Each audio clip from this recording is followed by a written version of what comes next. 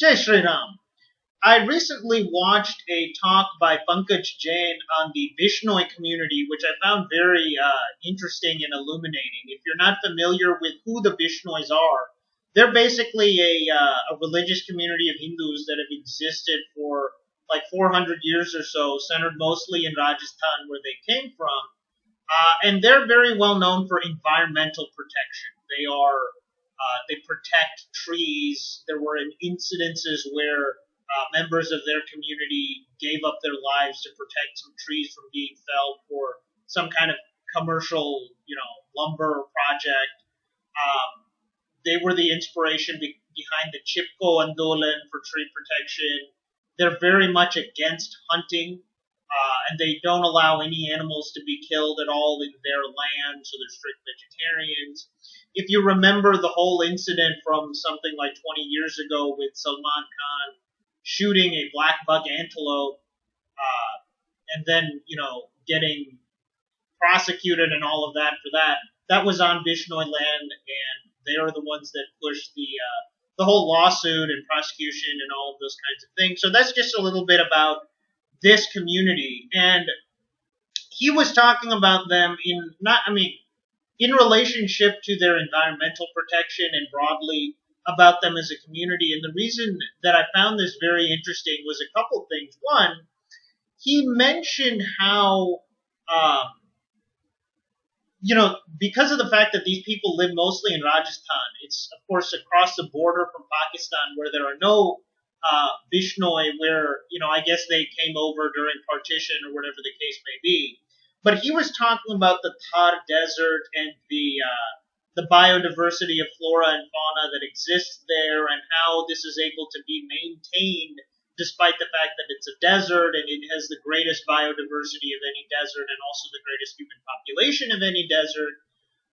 And all of these different kinds of things that are basically due to what the Bishnoi people have been doing, and also before them, people that lived there that basically had these same kinds of ethics towards environmental protection and all of that, and also why, because in Pakistan, obviously the people are Muslim, that you see a drastic difference in just these kind of environmental, natural markers. Even though these people, they're living outside of these kind of environmental, traits, these people are living similar lifestyles in terms of the fact that they're growing similar crops and they're of a similar class and all of those kinds of things. But because of the fact that obviously the Bishnoi and those people are vegetarians, whereas the Muslims are not, and the Bishnoi are doing all of this stuff in favor of tree protection and, what modern people would call like wildlife preserves, I guess, and the Muslims are not, you're seeing a drastic difference even in things where we would typically not think of as being related to religion, right? When we think of religion, we think of, well, obviously the religious demographics would be different, and, to some degree the food habits are going to be different, but we don't really think of a massive impact on biodiversity and plant life and those kinds of things. But he was mentioning how that is very evident there, and it's not just with them. It was also evident that he kind of in an offhand comment mentioned similar things could also be said about Kashmir in terms of the difference between when the Kashmiri Pandits and a significant number of Hindus lived in Kashmir to the post 1990 time span after they were kicked out, what has happened to the environment there, which is very interesting again because, Kashmiri Pandits, they don't have, or Kashmiri Hindus in general, they don't really have any more environmentalist kinds of values or practices than any other Hindu, meaning this is a kind of general Hindu ethos that's driving that difference as opposed to with the Bishnois, very, very, specific and targeted and purposeful and those kinds of things. And another reason that I found this very interesting and why I have, a lot of interest in this group now is because This is a very new community. They've only existed for about 400 or 500 years. I believe it was the mid 17th century, if I'm not wrong, that they were founded. There was a guru named Jambeshwar that basically organized a bunch of people who are from, I guess they were mostly Jats and Rajputs and other communities that lived in that area of Rajasthan. And he basically set down 29 rules. The word Bishnoi in Rajasthani means 29. So they have 29 rules about, you have to be a vegetarian, you have to filter water, you have to do certain things related to like Hari Nam Japa and Hari Bhakti and stuff like that. And, not allowing people to cut down trees and harm animals and things of that nature. And also there was this rule against wearing blue clothes because the dye for blue that was used in his time was, I think it involved killing some shrub, or it was deleterious to the environment somehow in order to make blue dye in his time period several centuries ago. So they have these 29 rules that they're supposed to follow. Many of them are kind of general morals and ethics that you would find in Hindu society broadly, and then some of them are very specifically targeted towards environmental protection.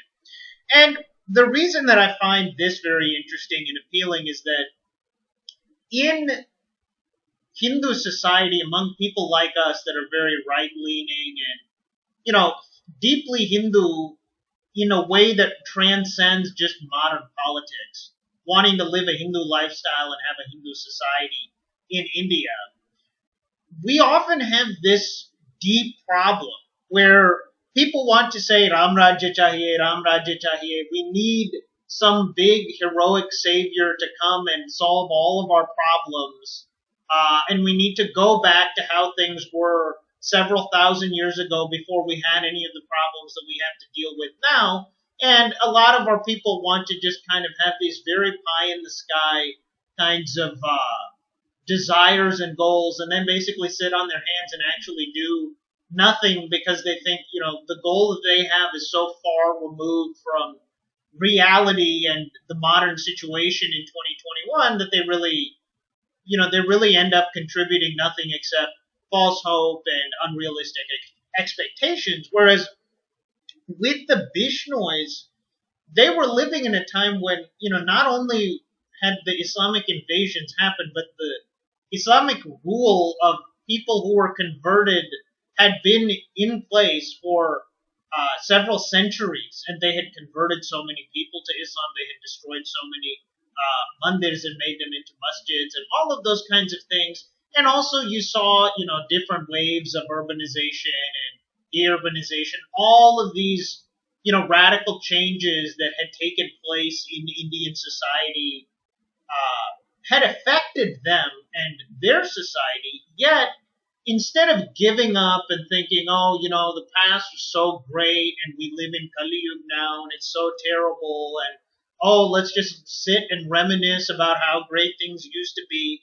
In the past, they actually got organized and did something, and they understood that in the modern day, you have certain problems that you had to address that maybe in the times of Hindu kings several thousand years ago that don't exist anymore, they didn't exist. Right? Now, obviously, the amount of environmental degradation and things like that in that time period was nothing compared to what we have now, because they didn't have big industries, they didn't have the usage of oil and all of the kinds of things that are polluting the environment and stuff like that we have now. But I think that broadly is a lesson that as Hindus we all really need to learn and take to heart, that no matter how bad things are and no matter how totally divorced we are from our glorious past that we all like to reminisce and fantasize about, there is always a way to preserve what is important. And much of the time that involves doing something that's fairly radically different. For example, Jambeshwar in his time gathered a bunch of people from a bunch of different castes. There was Jats, there was Rajputs, there was people that we would call SCs and STs that he just kind of preached to, and they quote unquote converted to this sampradaya, right? You had some kind of initiation ceremony, and then they became regarded as a member of that community. Now, from what I understand, that stopped after he died. After he died, they didn't convert people anymore and basically became seen as a jati, which, you see that happening a lot in Indian society. I mean, obviously, Sikhism, for example, it grew because of conversion, but, you don't really see a bunch of Sikhs converting a bunch of people in the modern day, right? In my state, the state where my family is from, Karnataka, we have a community of people called Lingayats, where it was also founded at a time when it was bringing together a bunch of people from a bunch of different communities.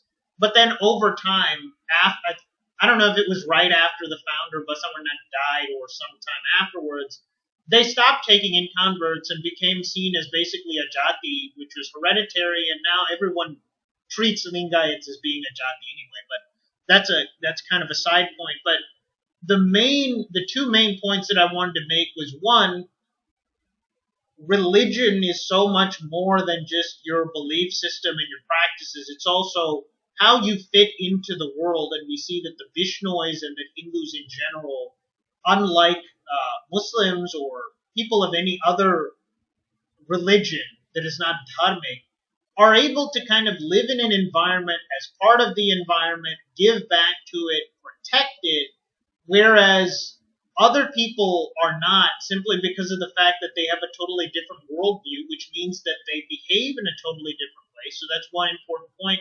Second important point, like I was stressing, was we have to always be willing to look at new solutions to problems that are relatively new. We can't give up. We can't be black-pilled. We can't just sit on our hands and fantasize about how great things were when we had no problems at all and everything was great.